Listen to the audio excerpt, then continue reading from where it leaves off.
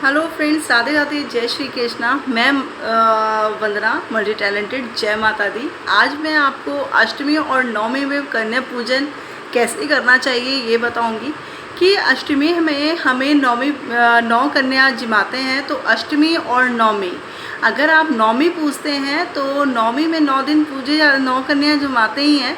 पर कई बार क्या होता है कि कुछ लोग क्या करते हैं कि हमें अष्टमी को ही कर देते हैं क्योंकि हमें कहीं जाना है। तो अगर आपकी परंपरा चलती आ रही है नवमी पूजने की, तो आप उसको ना तोड़ें और उस परंपरा के अनुसार अपने यहाँ कंजका जिमाएं। अगर आपके यहाँ पे अष्टमी पूजी जाती है जो कि आपके पूर्वज पूजते आए हैं, तो आपको भी अष्टमी ही पूजनी चाहिए। वैसे माँ दुर्गा का हर महीने की जो अष्टमी होती है वो माँ दुर्गा का दिन होता है। और जो तो हमारे नवरात्रे आते हैं, एक हमारे चैत्र नवरात्रे और एक कुंवार नवरात्रे, तो इन 2 नवरात्रों में हमेशा हमें नवमी ही पूजनी चाहिए।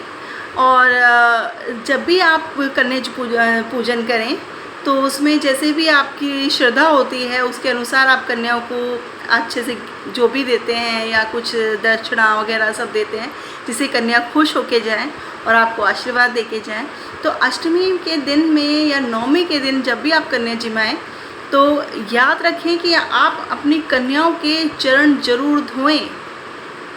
कुछ लोग कंजका जमाते हैं पर क्या करते हैं कि उनके चरण धोना भूल जाते हैं।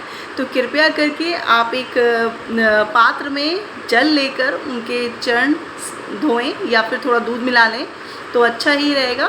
तो उनके चरण धोएं, फिर उनकी आप रोली चंदन या फिर उनके मौली से उनके हाथ में कलावा बांधें और उनकी एक आरती तक उतारें। जो आप माँ दुर्गा की आरती उतारते हैं तो आपकी जो चलती रहती है, तो आप उसी आरती से आप सारी कन्याओं की आरती उतारेंगे। साथ में अगर कोई भी आपके यहाँ पर कोई अगर लड़का कन्या के टाइम पर लड़का आ जाता है, जिसे हम उसको हम कहते हैं ना कि हमें एक लंगूरा चाहिए, एक हमें लड़का भी पूजना है। तो लड़के अगर हमारे पास 2 या 3 आ जाते हैं तो आप प्लीज़ उनका हृदय ना दुखाएं। तो लड़की कन्याओं को पूजते हैं तो साथ में बच्चे होते हैं, उनके अंदर भगवान का वास होता है, तो उनको भी पूजें जैसे भी आपसे पूजा जाए। तो देवी तो सर्वशक्तिमान है, उनको तो पूजते ही हैं, पर उनको भी एक देवता की तरह पूजें।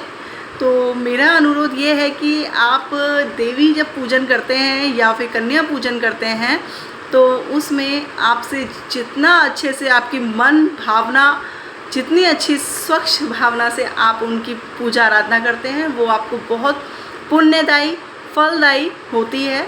तो आपको अगर मेरी बात आपको अच्छी लगे तो आप उसे शेयर एंड कमेंट कीजिए।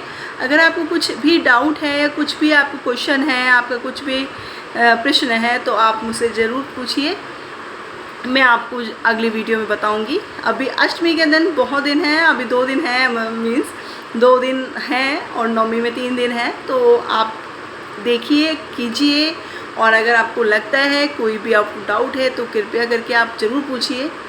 राधे राधे, जय श्री कृष्णा, जय माता दी।